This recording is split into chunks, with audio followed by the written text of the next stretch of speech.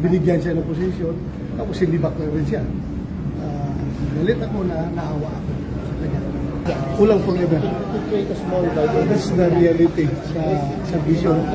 Anytime you can be relieved, so you have to be ready.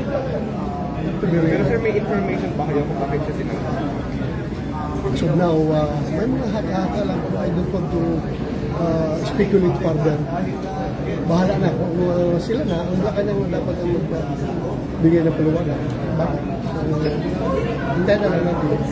Sir, na dapat gawin ng PNP para hindi ma-apektuhan yung moral ng mga pulis? Sa nangyari?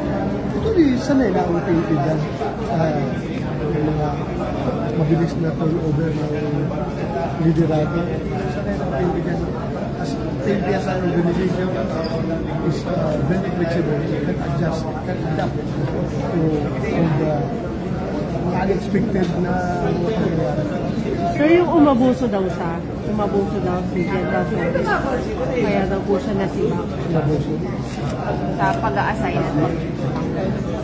I don't know. Umabuso na rin. During my time, I am going to share with you the relationships between the chief PNP and the president. And even the president orders ay parang wala ko lang nakikita I don't know hindi ako siya Sir, what do you think? General Nartates. General Nartates papahin. Ano po pagkakilala niyo kay General Nartates? Next week. Next week. Masahan niyo. He is an official gentleman. He is the last of the Mohicans. The last of the Mohicans. Last 92. Sir, hindi ba yun, yung ginawa ni General Flores, hindi ba parang bypass yun? Parang i-active daw ang district. Bawal ba yun, sir? Ginawa niya? Because the power to appoint undesignated officers to different positions lies with the chief PNP. Pero hindi nyo ginawa yun, sir? But of course, with the clearance of Malacanang.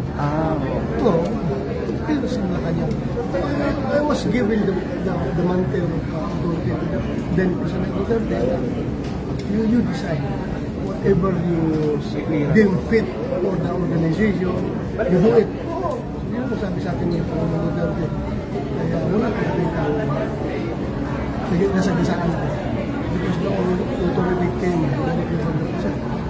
Sir, ang sabi ni Senator Lacson, ang information niya, kaya sinibak si General Torres because he went beyond his authority, meron siyang sinibak clearance ng Malacanang. So, ano yung base sa kanya kay Torres doon sa actuations niya? I don't know. If he did it without the clearance of Malacanang, then maybe meron siyang nasagasaan. Doon sa sabi siya, during my time, nag-declare ako sa Malacanang na provinsan, mabilisan ang kailangan aksyonan kaagad. Nag-issue ako ng order, then later on, na-just inform Malacanang. Ito yung ginawa ko. So, parang ano, sir, reservatory naman siya. Well, sabi siya, expected na yan. Expected yan sa servisyo. You can be relieved anytime. Habang functus officio, you are good when the need exists. Pero sir, sabi niya, nag-meeting daw kayo na nagpunta siya dito. Ano yung napag-usapan niyo, sir? Nag-meeting daw kayong dalawa? Ano sabi siya? Ano po yung sinabi niya kayo, sir? Just give him my piece of advice as former chief PNP. Pag relief, sir, wala na yung benefits, at saka retirement. Andyan pa rin. Relief is just routine function ng organization niya. kahit na you are relief purpose, if you are not facing administrative criminal cases, then andyan lahat ng yung mga benefits.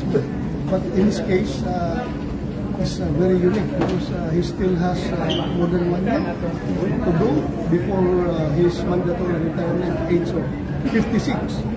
So nasa kanya yan if he doesn't give up his rank, his 4-star rank, ay pwedeng ang chief PNP o kung magiging acting chief PNP is hindi nga 3-star rank. Because andyan pa yung hindi pa retired yung 4-star rank holder. Because according to the law, there should be only 1 4-star rank in the Philippine National Police, and that is the chief PNP. Ngayon na siya ang chief PNP, siya binigyan ng 4-star rank, hindi pwedeng magkakaroon ng 2 4-star. So pa-retire muna siya bago mo-4-star yung i-appoint ng bagong chief PNP. So, magiging PNP chief 3-star. Ano na siya? Si Torre, after that, He can be assigned with the office of the chief PNP in a floating status.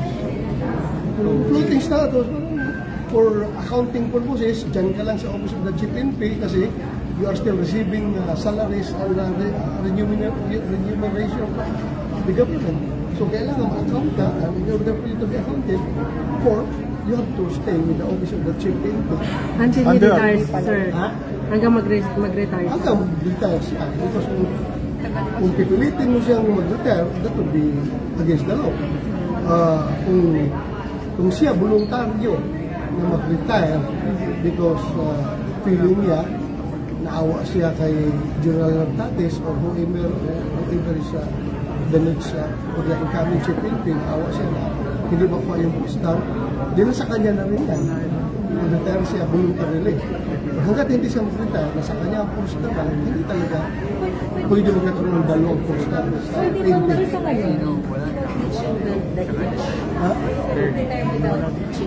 Yes, meron namang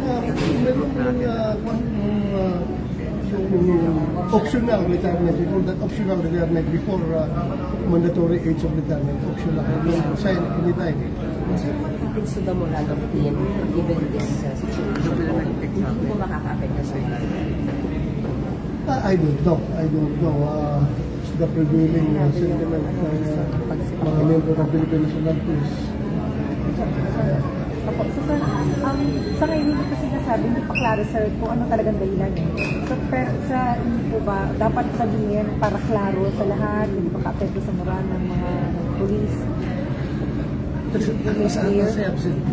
Sanay na ang tintig na umanggap sa mga orders gamit ng mga hindi yan sila mag-demand ng explanation.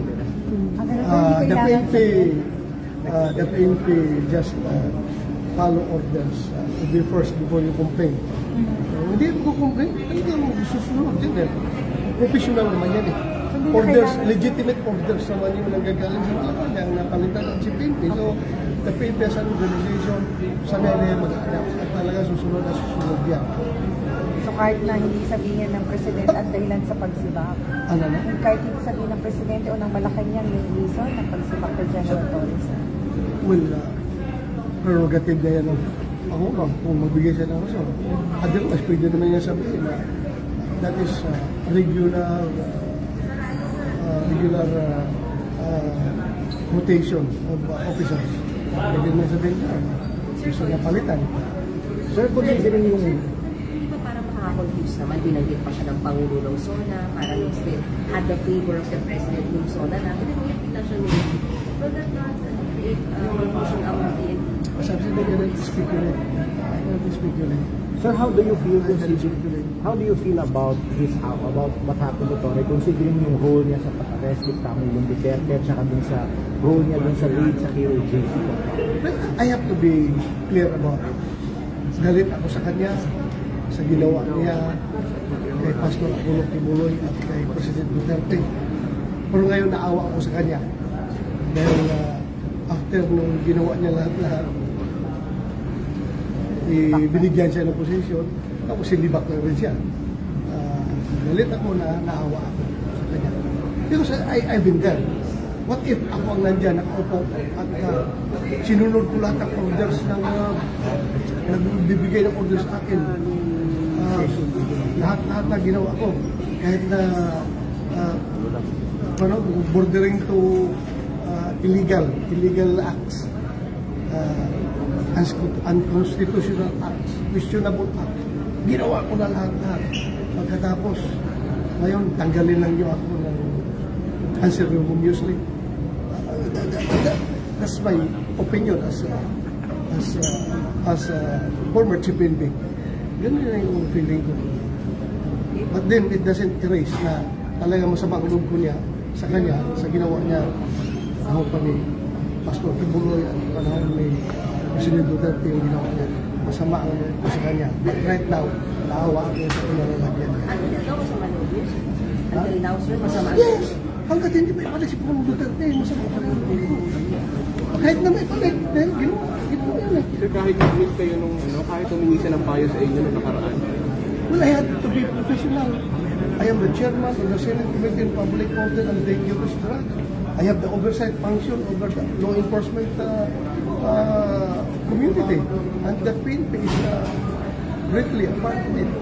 So we have to be civil and to be professional. Kung kaharap ko sila, kahit nagalit ako, masama ang loob ko, I have to deal with them professionally.